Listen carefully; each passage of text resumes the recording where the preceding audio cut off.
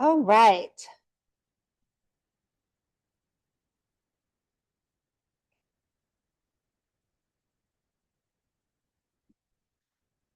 Do you guys have any questions for me? I know there were some issues with rounding on the Chapter 7 homework. If you got frustrated and gave up on Chapter 7 homework and you want to take another run at it this week, email me and I'll extend the due deadline so you can still do Chapter 7 homework for points if you want to make up what you did.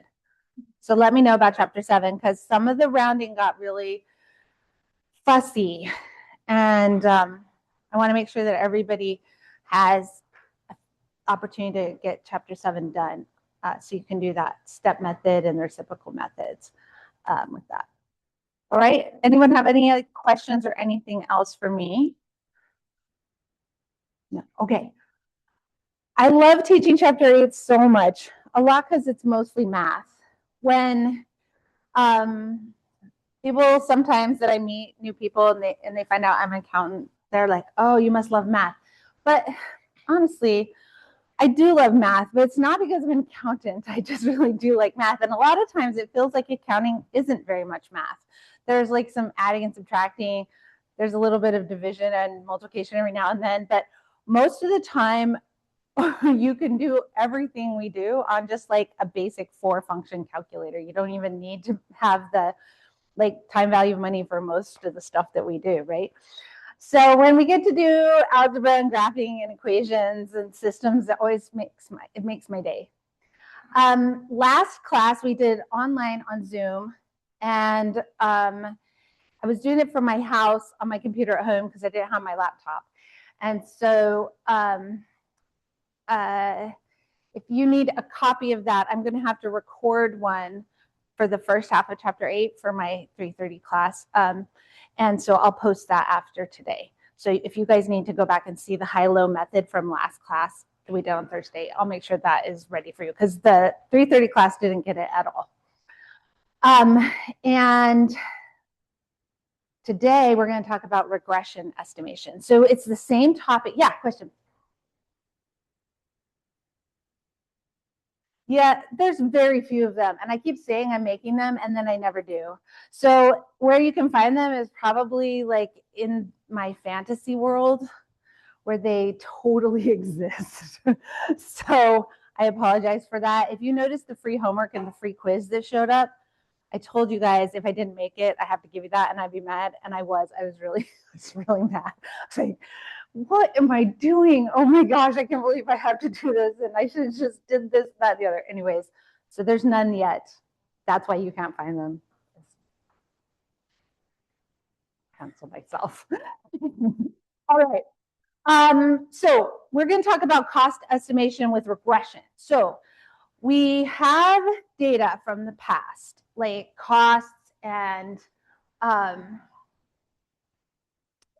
revenues and fixed costs and variable costs that we've collected from the past.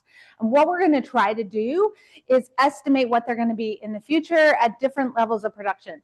This is something that we do to help us with budgeting for the future. So if we know that costs are going to rise, we can work that into our estimate. Or if we know that the amount of production we're going to engage in, like if we're going to make more of a product in one period than than we have in the past, we can scale up our projections for the costs. And then we can adjust our prices for the future. So we make sure that we have a profit in the future periods. And it will give us a goal and a guide toward for the work that we're doing. Alrighty, so these are the 6 steps of cost estimation according to your book. Figure out what you're trying to cost, pick a driver for it, collect the data on the cost and the driver. So if you're going to graph it, like we're going to do in a minute, the costs are always the y-axis or the vertical axis, and the driver is going to be the horizontal or x-axis. So the y is the dependent variable. That cost depends on the x that you choose for your driver input. And that independent variable comes into play when we're doing regression as well, because we're going to do all linear estimations in this class. We're not going to do any curvy, parabolic, or parametric estimates. Graph your data in a scatter plot. See if there's a correlation. If there's not, you don't have a good driver. If it's a big splat or it doesn't seem like it's trending, then your driver doesn't work. And that goes for all regressions. You want to pick an X variable or an independent variable that actually predicts the behavior of the Y variable. You can do a scatter plot that's just a big splat and run a regression, and it'll give you a line. What it's giving you is the line that makes the least distance between all of the points. But it doesn't mean there's a trend. It just is the line where there's the least distance. And a line could have a positive or a negative slope very easily in a big splat. And sometimes when you're running regression analysis, you'll find that it's negative in one time you run it, and then it'll switch to positive the next time you run it. If it's doing that, that means your data, your driver is really bad. It's not predicting at all. There's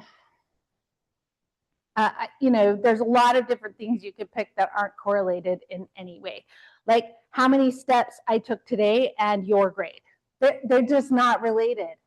However, I could take however many steps and your grade would be whatever it is, and they're not predictive or causing each other. Our drivers don't necessarily have to be causal, and meaning that they don't have to cause it to happen, but it does have to be predictive. One good example of this is temperature and ice cream. You could say that ice cream is caused by warm temperatures. You could. But they don't necessarily have to be causing each other. They could all, what was it? It was ice cream and swimming. I'm sorry. It was ice cream and swimming. They're predictive of each other. So when people are swimming, ice cream consumption goes up and vice versa. But that doesn't mean that the swimming is causing the ice cream or the ice cream causing the swimming. They're both being caused by the warmer temperatures. So your driver doesn't have to actually cause something. It just has to be correlated with it. Okay. Then evaluate your accuracy later. So we talked last class about the high-low method. When you're doing the high-low method, just in case you weren't on the Zoom last time on Thursday, when you're doing the high-low method, you are looking for the high and low driver. It's high and low driver. Did I share my screen? Just give me 2 seconds to make sure I shared my screen. Yeah, okay. Not the high and low cost.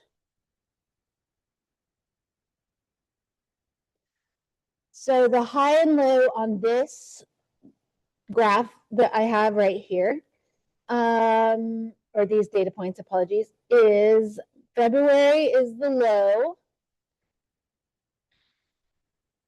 and April is the high. The costs might be the same. The cost might be the same low and high, but they don't have to be. We're just looking for the highest driver and the lowest driver. I think I can see here May's cost is actually less than February's cost. So if we were doing cost, May would be the low, but we're not. We're doing drivers. So February is the low driver and 23. And then July's cost is actually higher than April's cost, but that doesn't matter. We're not looking for the high-low cost, just the high-low driver. All right. Then you get those 2 coordinate points. So this is your X, Y, X, Y. X and Y. And that's because the hours are the driver. So that's the horizontal axis. And the cost is your dependent variable. So that's your Y axis. And so these are your coordinate points, X, Y, X, Y. When you have 2 coordinate points, you can create the equation of a line, just for review. First thing you do with the 2 coordinate points is you find the slope. And so let me just type it in here. So here's how you do the slope. So I'm going to call the slope M. and it equals y minus y divided by x minus x. And just make sure, and when you do slope in math, they usually do a y2 and a y1 and an x2 and an x1. Just make sure that you do both high or both low. So then I would have 22,510 divided by minus 23,032 divided by 3325 minus 3615. These are both going to come out negative, but then they'll cancel each other out and make a positive slope. And don't forget slope, dude. And the worst curse word in math that's undefined. Puff, puff, positive. And nice, negative. Okay, so I got negative 522, and I'll divide that by 3325 minus 3615. Okay, so my slope, 1.8. All right, once you have your slope, then you can calculate your intercept for your line. So we'll now go to y equals mx plus b. And I know in your book it doesn't have the same variables. I think it has a plus bx or something like that. It's okay. It's still the same. So the m is there. And in fact, the slope, when we're talking about costs in this setting, are equal to your variable cost per unit. So $1.80 is a variable cost per unit. All right, so to figure out the b, because that's what we need now, this y-intercept, we just need to plug in one of the points, either the high or the low, into the equation. So I'm going to do the low. So 22,510 equals 1.8 times 3325. So I'm plugging in these coordinates here with the slope. Oh, I thought it was 1.8. Let me double check. Yep, 1.8. So now I've got all the variables with an amount except for the b. So I can do 22,510 minus 1.8 times 3325. B equals 16,525.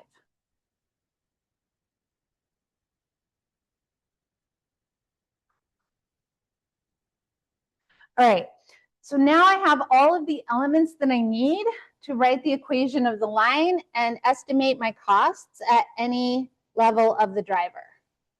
So there's the B, 16,525, and then here's the M, that goes there. So that means my equation is y equals 1.8x plus 16,525. So this becomes my represents my fixed costs. Even at zero driver, I have that much of costs. So that's some fixed costs. And then, bless you, every increment of the driver that I increase is the slope, or $1.80. Yeah.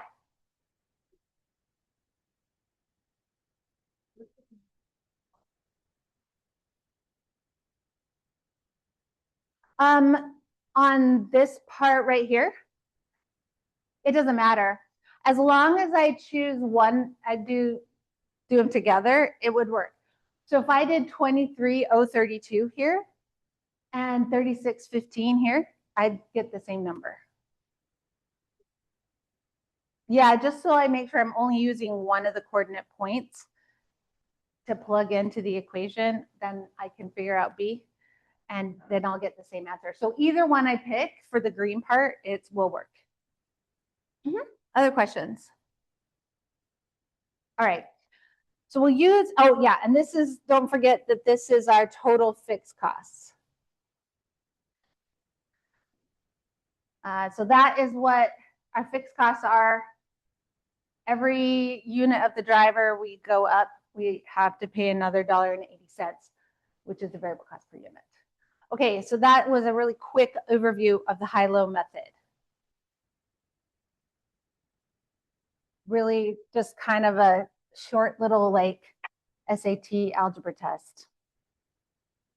Alrighty, so now let's do the regression method. When you're doing a regression, you can do it by hand, but I'm not going to make you. I'm not going to test you on doing the regression itself, but I will ask you how to interpret it. So this is a regression that I did in Excel. And let me show you how to do it. So these are our coordinate points here that I want to put in Excel.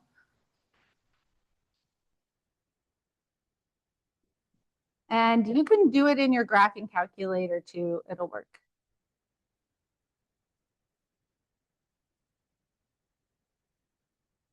All right, so this is my driver, which is the X variable, and then my cost, which is the Y variable. So I'll put in all the drivers.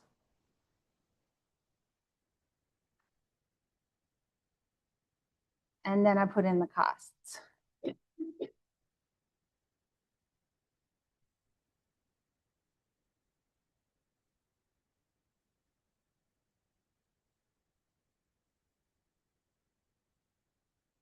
And you can highlight these.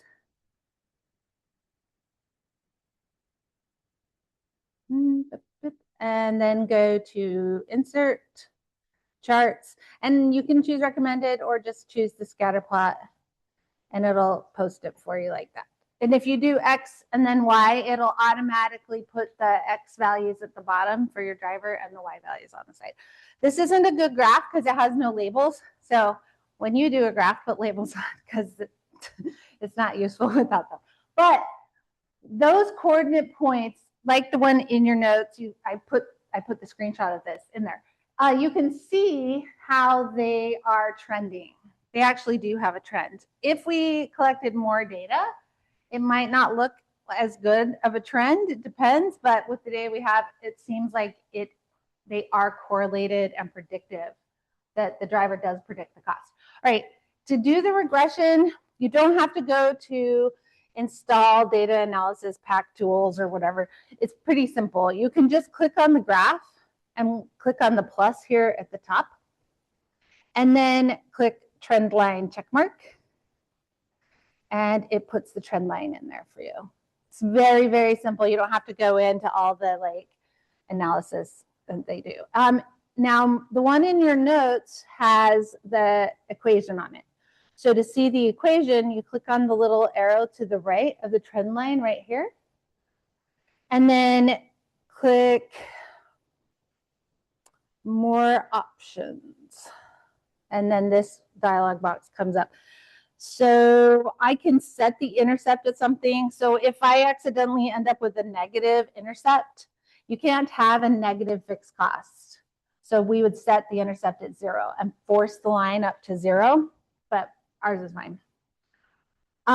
Display equation on chart there. Then there's the equation. And display the R squared to see how good of a prediction it is. R squared is 0.46, not great. If you took a psychology class or a behavior, like we're analyzing any kind of human behavior in a stats class, they would like jump over the table with joy at a 46. But but financial data, we are way better at predicting than 0.46. So if I were to do some statistics and try to publish a research paper with a 0.46 R squared, they would reject it. That's not strong enough.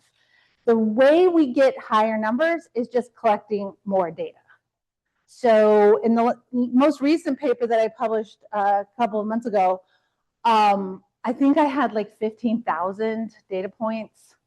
So when you get 15,000 data points and you still can't find a correlation, or your correlation is 0.46, what you're looking at isn't real. It's not a real correlation. But we only have 7 data points or 8 or however many. And so that's great for 8. Minimum you should use is 30. especially with human subjects. If you have less than 30, it's not enough. I mean, yeah, it's not enough to get real data. Anyway, if I was doing like my dissertation or something and I saw 0.46, I'd be like, dang it, I really thought they were related. There's probably, they might be, but there's something else involved, because this is what this means is it's only explaining 46% of the variation. The driver's only explaining 46% of the variation in costs. So there's something else that's driving the costs that isn't captured in the predictor variable. And we have other statistical tools we can use to account for that, but it's not linear regression with one predictor variable. All right. The other thing is that we can forecast forward. Let's see. Well, that seems like it went backward.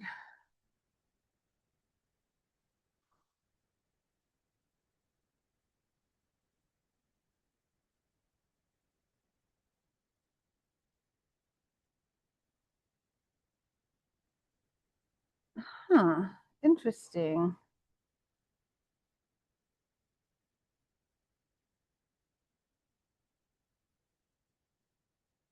It's like forecasting it downward here. I might have to go in and monkey with the settings to get that straightened out. So what I really want is I want it to forecast forward like this. So at higher levels, I could see, but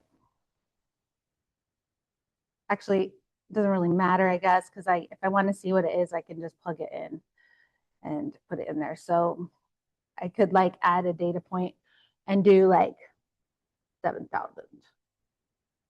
And then the y value would equal 2.0182 times 7,000 plus 15,852. Yes. Okay. And then include that in my graph.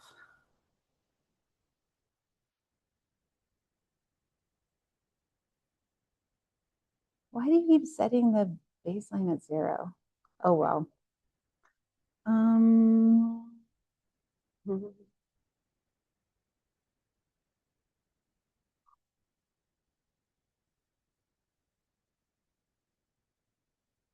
Minimum is 3,000. There we go. Okay. And this axis, format axis, and minimum is 20,000. Okay. So here's the data that the book gave me. And then I said, okay, using that equation, I want to see what the cost would be if my driver was 7,000. So I typed in 7,000 as my X variable, then I plugged it into the equation to get a Y value to go with it.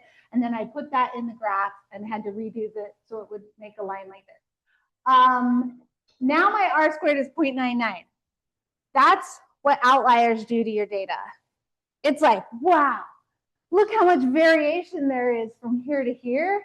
And I predicted it on the dot.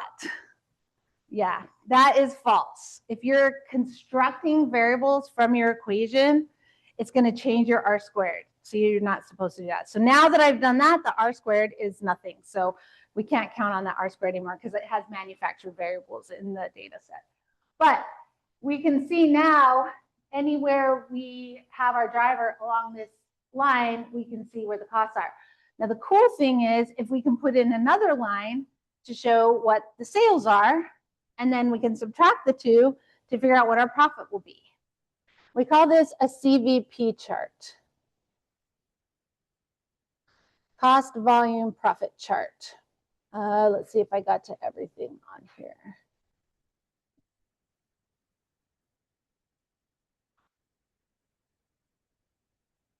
Yep. All right, least squares regression. Least squares means it finds the smallest distance between the data points and the line. So it draws a bunch of lines. It doesn't really do trial and error, but it could. It draws a bunch of lines to see which line has the least distance from all the data points.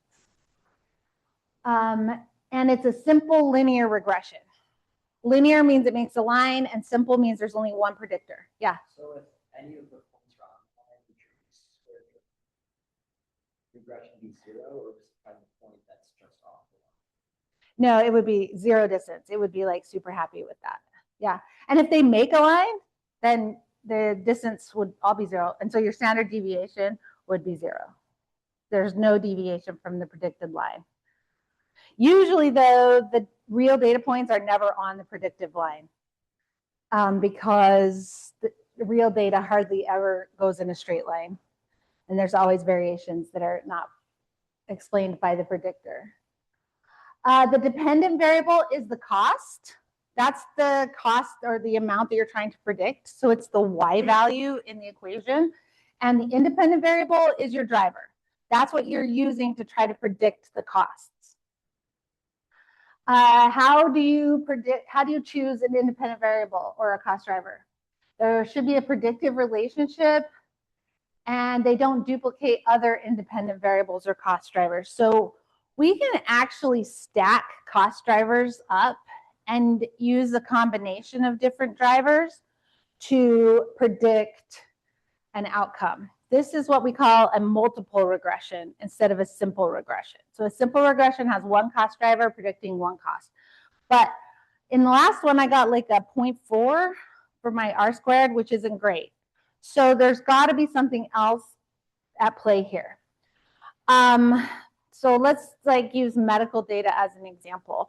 So if I am overweight and I smoke, then I am much more likely to have a heart attack than if I'm just overweight or I just smoke, right? So just being overweight predicts heart attacks, but not as good as being overweight and smoking. Both predict heart attacks.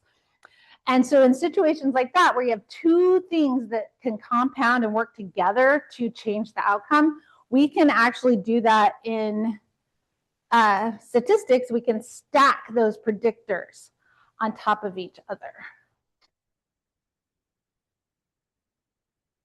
And that's what this next one is here. The multiple regression is where you have multiple drivers all trying to work together to predict your outcome. And then outliers, they strongly influence the regression. So they can pull your slope from positive to negative. They can change your R squared, like I just showed you. They can change the significance and really pull the data in the line in one way or another away from the real data because they're so far out, and it's trying to keep that distance as small as possible, the distance from the line as small as possible. So one data point that's really far out can pull your whole line down to try to minimize that distance. So really need to pay attention to make sure there's not outliers. Dummy variables is another term for a variable that's either yes or no, or on or off.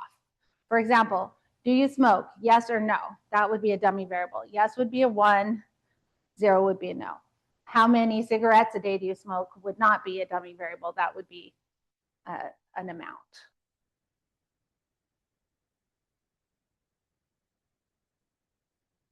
It's like typically with the do you smoke questions, like sometimes not them. Like yeah, they're not very good. Yeah, sometimes they're not very good. And they have like a lot of variation in severity. And so, like, or are you overweight? Well, how overweight is overweight? Like maybe 10 pounds? Yes, I'm overweight. Are you 100 pounds overweight? Still overweight, you know? So those dummy variables can also skew your data a lot because they can change the data significantly. Let me see what I'm looking for. No, none of that.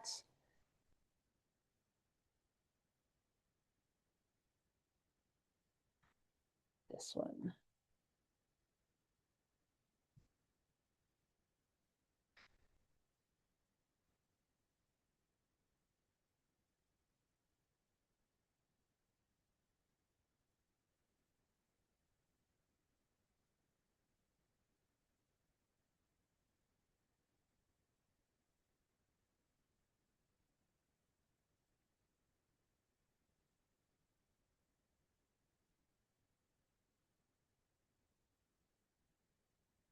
I need to get the official copy of this.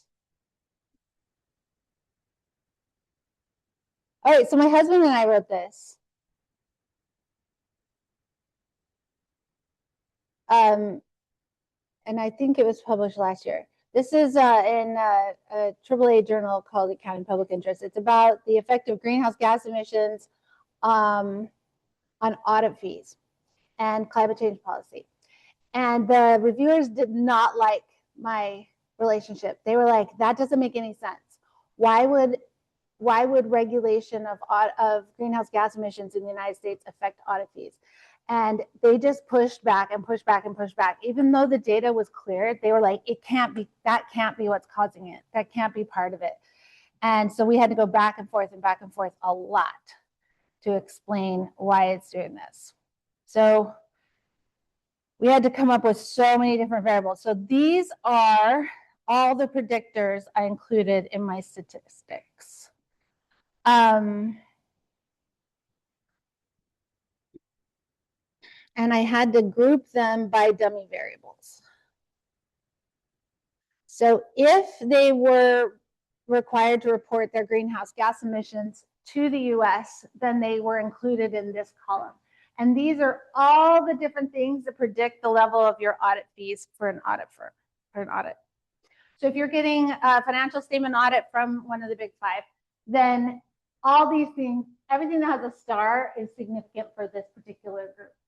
How, if they're accelerated filer, if they just changed auditors, if they're at the end of the fiscal year, if their year end is in December, if they are in a risky category, which these automatically are, because most of these are power plants.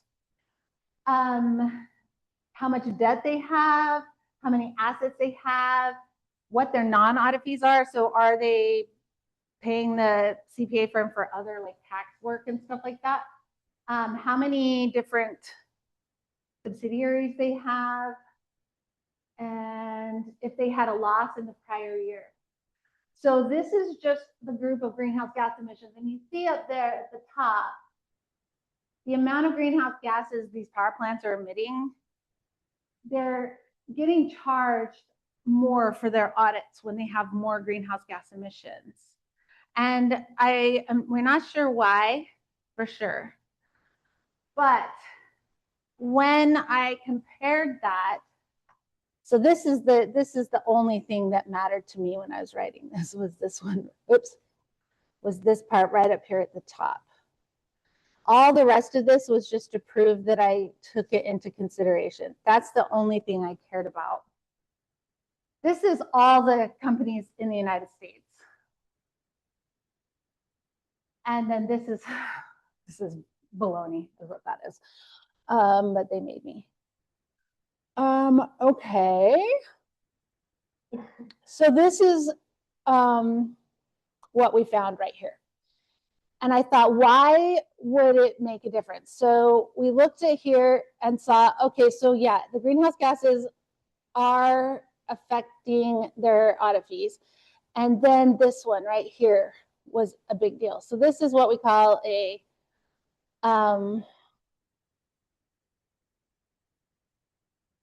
factor variable. So we use a dummy variable called CPP repealed, the climate policy plan that Obama put in 2008. When it was repealed when Trump was elected in 2017, the audit fees for greenhouse gas emission companies jumped. It was really expensive that year. And then it happened again. It jumped in this period right after the SEC said, we're going to start making you disclose your greenhouse gas emissions on your 10K. So it's actually going to be part of the financial statement disclosures that are audited by accountants. So accountants are going to be auditing your greenhouse gas emissions, not just your financial data. And those are the two that jumped. And it's because I prove in this paper, it is because the regulatory uncertainty causes the auditors to assess these companies at a higher level of risk. If you've taken audit class, the higher the risk of the audit, and screwing up and missing something, the higher that risk, the more you charge your client, and the more work you have to do checking all their numbers, and then the more you charge your client. So if you're in a really risky business where there's a lot of fraud or past mistakes or issues, then you do more audit work because your assessed risk going into the audit, your risk assessment is higher. And those 2 years were huge. So like Trump repeals that. So what's going to happen? What's Congress going to do? Is Congress going to just kick it right back? How is this going to affect what you guys have to report? And then the same in the SEC years. So this was 2017, and that was 2022. Anyways, so this is an example of how we use multiple regression in real life. There are still all of these, the rest of the variables. It just got too long to list them all, so I didn't put all the rest of the variables on. But you can see my R-squared is 0.98. That's what it has to be in order to get them published. You have to show that there's a real correlation in what you're looking at. It goes down a little bit because these are match samples, and so they have non-greenhouse gas emissions companies included in those. And then we had to do a change model. It was a whole situation. So, all right. Other questions on any of these definitions? When you have a multiple regression, like the ones I was just showing you, you can't draw one scatter plot. Because the scatter plot only has 2 variables, x and y. And these multiple regressions, like the ones I was using, have y and x, 40 different x's. So there's not a way to draw a graph that has 40 different x-axes on one graph. So multiple regression is a little more abstract. You can draw the scatter plots one at a time, but when you get that many variables, it gets really convoluted, and they're all like affecting each other. It's really tangled. So there's not a good way to show you a graph of a multiple regression. Sorry about that. If you did a 3D model, you could kind of do 3 variables, but there isn't a way to do a 42D model. Alrighty, here is an example of an outlier changing the slope of a line. So the blue line is the best line for the red dots. That's the best line. It minimizes the distance between the blue line and all the red dots. But if you put this red dot in, because it's so far right on the x-axis, it's going to pull that blue line down to minimize the distance between this dot and all the others. So just super, super important to keep track of that. Make sure that you don't let that affect anything. Yeah.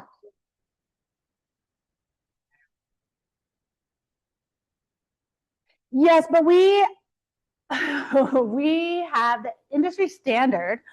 Yes, it could. Industry standard is we account for these in a way. We all kind of just like pinky swear with each other, all of the researchers, and it differs by topic. So like accountants do it one way. The finance people are too snobby for accounting research. They're like, how dare you? And finance people are really super technical and specific about their math. Accounting is a little more behavioral, and finance is like really technical. They take like a lot of econometrics classes, and economics research I barely understand. So that being said, it could. So in accounting research, we do this typical thing where every single variable, we take the top 1% and 1% of data on the top and the 1% of data at the bottom, and we squish them in 1%. So this would get squished 1% that way and 1% that way. And then we check to see if there's still any that are way outside. And it kind of messes up our scatter plots because then we kind of get like a little line of data right here instead of like data that's way out there. We get this weird little line that still pulls it a little. But when you have 15,000 data points, 4 that are kind of squished together doesn't really usually affect it that much, but it can. So you have to check it and say, hey, run some scatter plots and see, or just like look at the standard deviations of the X variables and the histograms and see if there's any histograms that are skewed way out to one side. If there are, then we can do data transformations. Like on this one, this greenhouse gas intensity variable that I'm using, it's actually not the actual greenhouse gas intensity. I define it as the log. It's the natural log. Oh, just kidding. The AutoFees is the log. The intensity is the ratio. It's a percentage over their assets. So to account for these like super skewed independent variables, regression only works if it's normalized. It has to have that nice normal curve, which it never does, but we get as close as we can. So I actually did a log transformation on the AutoFees because it had a really long tail because some of the companies were so huge. And same with the greenhouse gas intensity. We're all working with percentages. So if your transformation is a percentage-based transformation, it doesn't affect the relationship. This one, I did the amount of greenhouse gases divided by their total assets. Because the more assets you have, the more greenhouse gases you can create with your factories.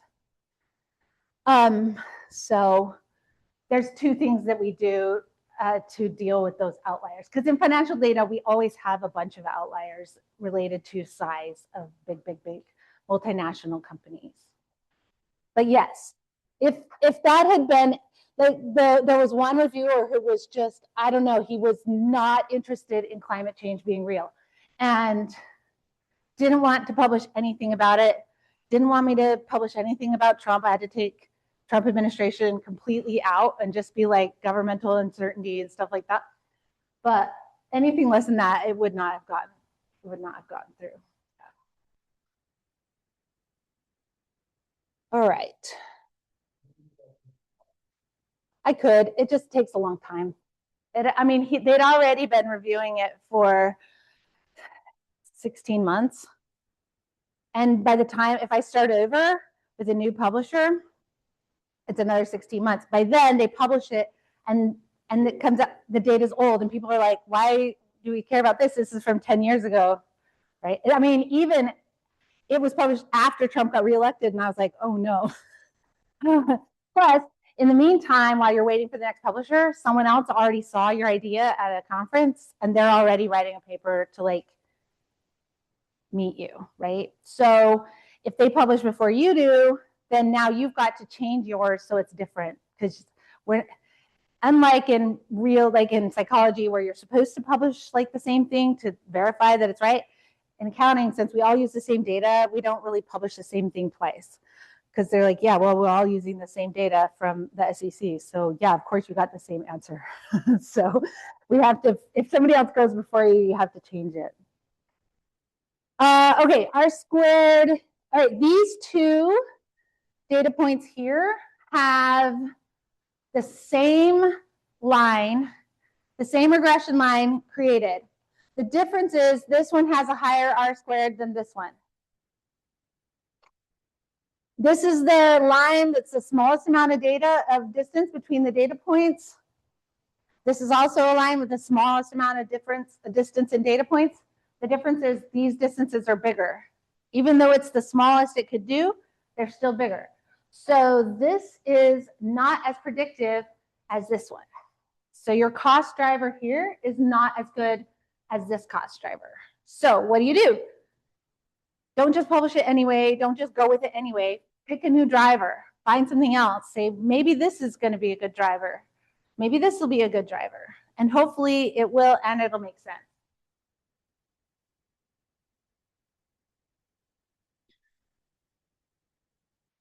T value. Okay. T value is, oh, look, I even put it in the thing.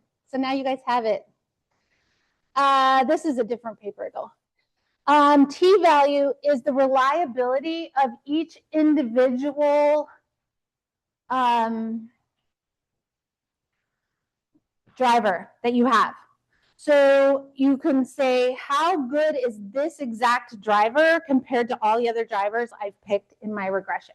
So this is from my dissertation. This one is the one I published this year. It took a really long time. This one took like 3 years to publish. So, but it was in a journal, so it was really good. But I'm not tenure track anymore, so UMD's like, we don't care about that. I'm like, okay, fine. But Towson cared.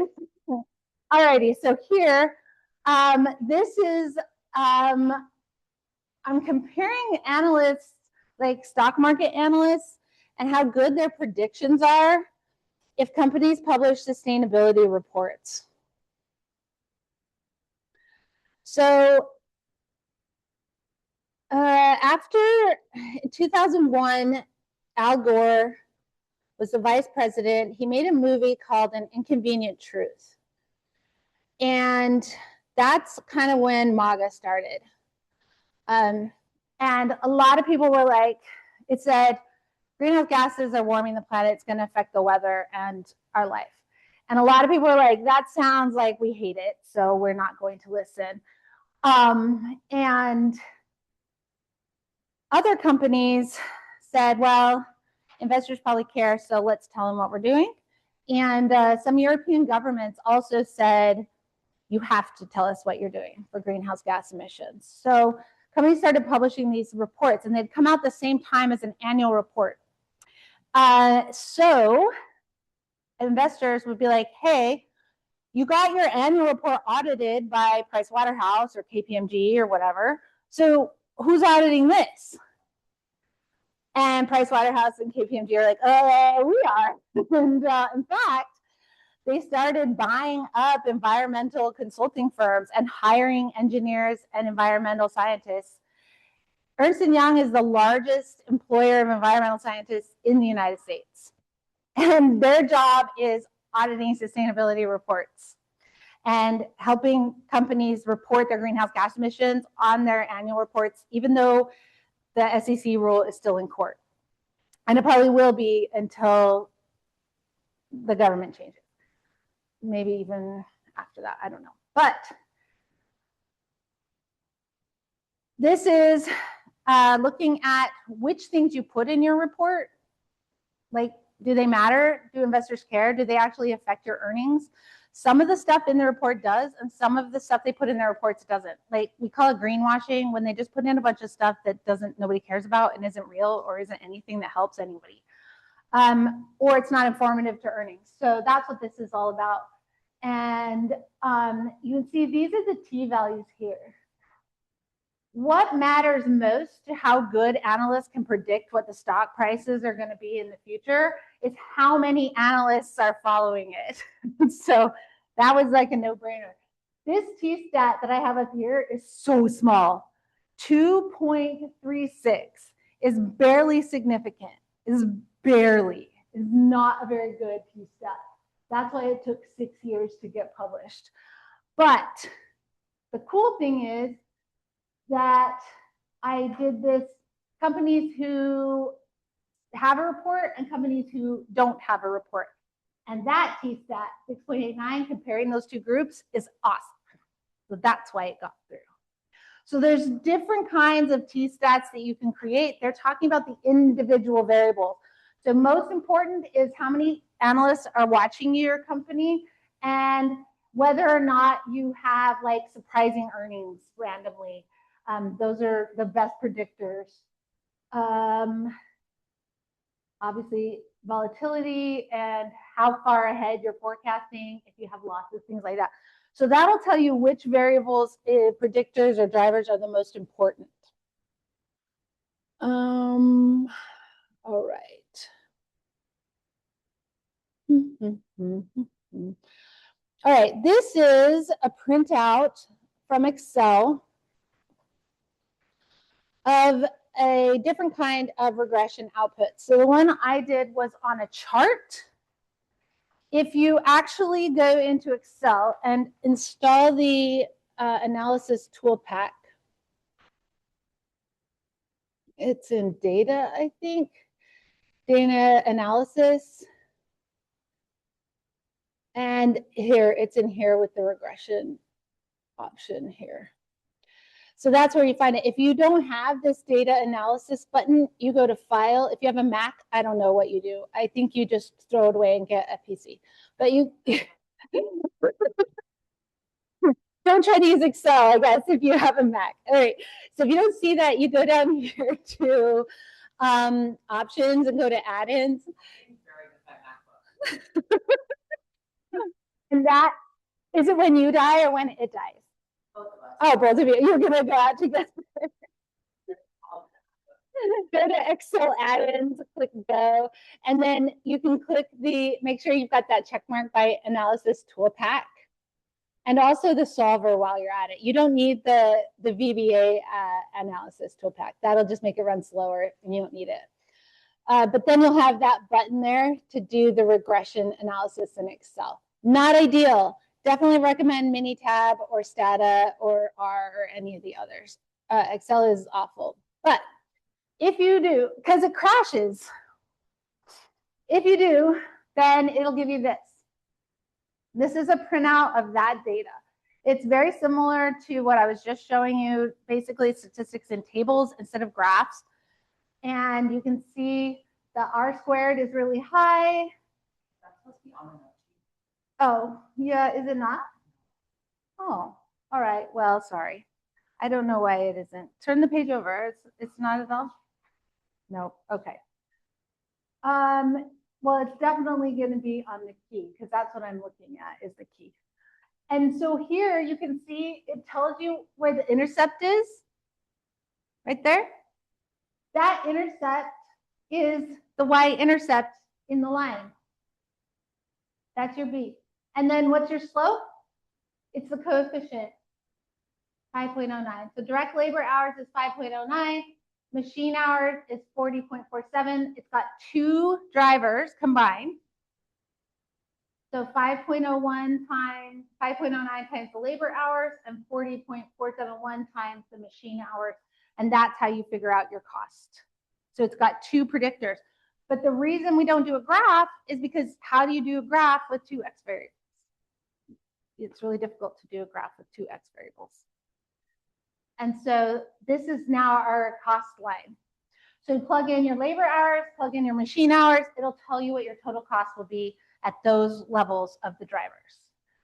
If you have no machine hours and no labor hours, those will be zero and your cost will be $35,000, which is your fixed cost.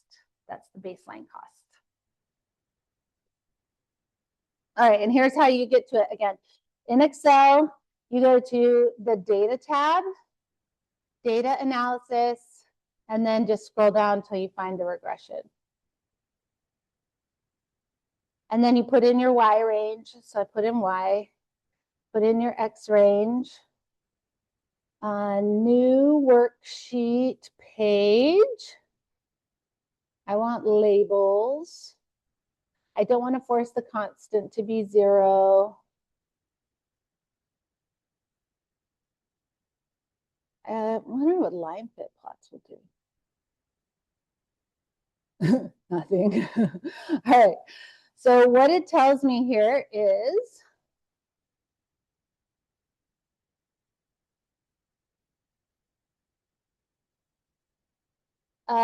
this is my intercept, but I kind of already knew that, right? Because it already told me that. And this is the coefficient, 2.019, but I think I messed it up because I didn't select it correctly. The way I selected it, I didn't get all the X values. I've got 2.01 plus 15.85, 2.01 plus 15.0842, so it's pretty close. So that's I didn't get the data correct, but this is the variable cost per unit of the driver. And then that is the y-intercept. That's my fixed costs. That's what you guys need to know. This is the variable cost per unit of the driver, and that's the fixed cost. So in the line, this is the X value or the X coefficient, and that's the y-intercept or the B.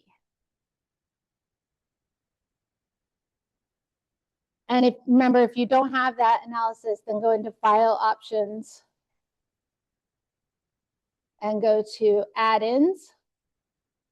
And then Excel add-ins, just click go. And then check the box that says analysis toolpath.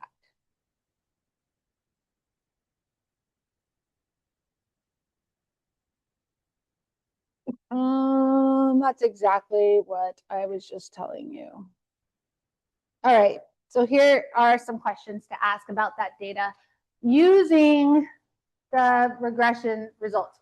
So the coefficients, those are the variable cost per unit of each of those three drivers. So they've got three predictors for these costs: length of stay, complications, and whether the surgery was laparoscopic or not.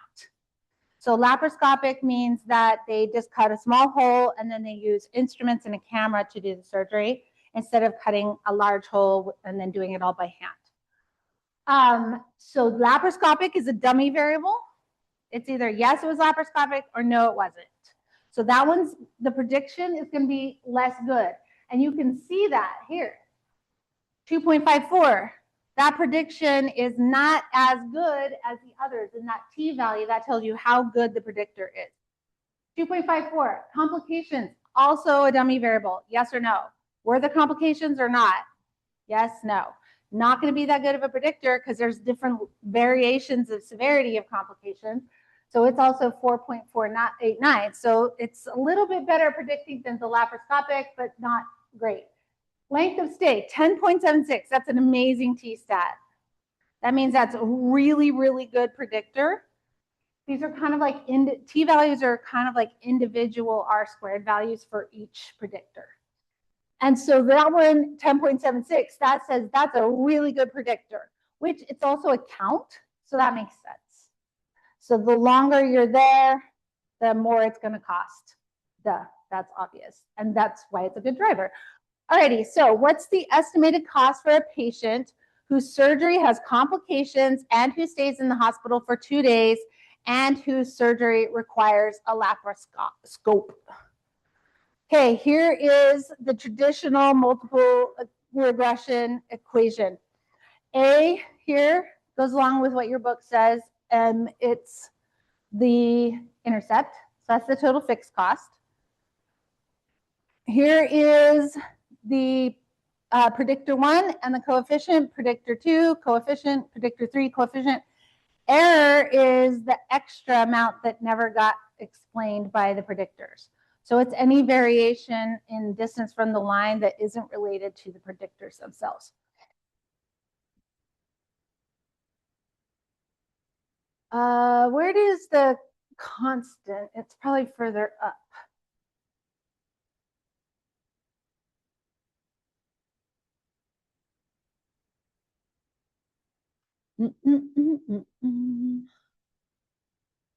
Oh, constant term, 37.19 or 37.19. There it is. So this is a 53% R squared. Because it's people is the subjects, that's probably pretty good. They're probably really happy with that 53 because people are really hard to predict. Medical stuff and like mental stuff is hard. So we're going to plug in this data into the equation and estimate the costs. So the constant, they told us up there, 37.19. And so that is this one that goes there. We don't use the R squared or the t-stats in estimating the cost. That just tells us how close we are probably going to be or how good of a guess it is. So that goes there as the constant. And then the coefficient for length of stay, complications, and laparoscope. And then I plug in all of the data for this patient. They're there for 2 days. They did have complications, and they did have a laparoscope. So let's say they say, well, I want to have surgery. How much is it going to cost? And we have to give them a range. We say, okay, well, if you stay for 2 days and you have complications and we use the laparoscope, plug those all in. That's how much we think it's going to cost. $8,335. That's our guess.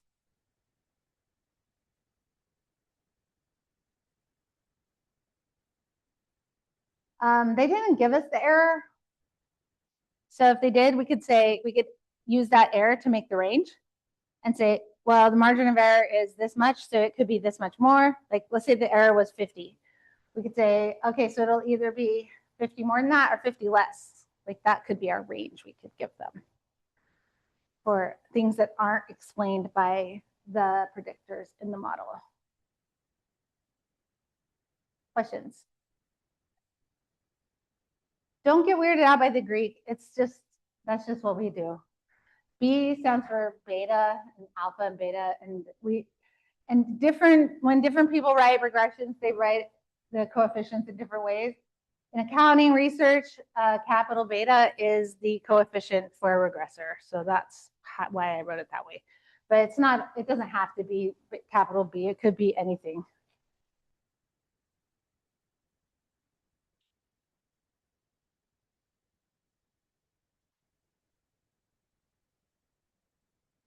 Yes. Yes.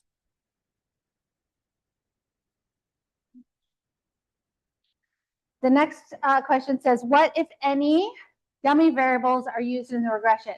There are two, the complications and the laparoscope.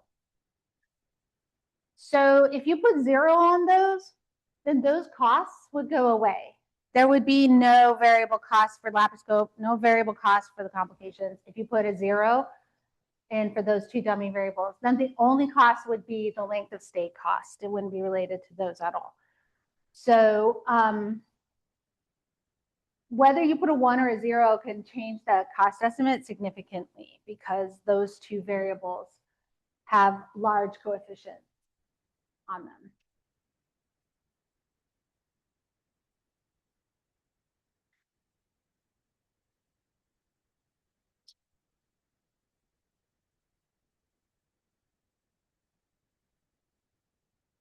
Comment on the statistical measures for the model. I kind of already did, but I'll just reiterate. R squared of 53. This is low. We probably need more independent variables or more observations. However, like I said, in medical practice, an R squared of 53 might be really good. I'm not up to speed on my medical research, but depending on how much data you've collected, that might be amazing. 3719, the intercept, that's the total fixed costs for the surgery. And coefficients and t-values. The most important cost driver is the length of stay because it has the highest t-value. So its t-stat is 10.76, which gives you a significance less than 1% of that's its error. Complication is the next most important, and then laparoscope is the least important. So it has the most error related to its prediction.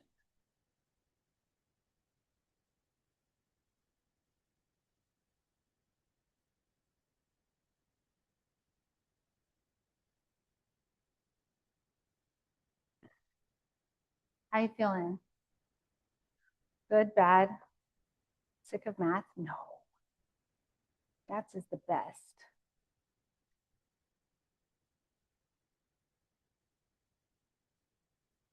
And then this next one is just another of the exact same thing. All right. If you guys have questions or anything for me, let me know. And thank you to everybody who pointed out problems with the Chapter 7 homework. If you find any problems in the Chapter 8 homework, please let me know. I hope I solved most of them last semester, but if the McGraw-Hill didn't solve any of them, I check them, but sometimes I skip stuff you guys don't, like I take it for granted and you guys know it better than me. So let me know if there's a problem. And if you need anything extended, thanks so much. Have a good week. I'll see you guys Thursday.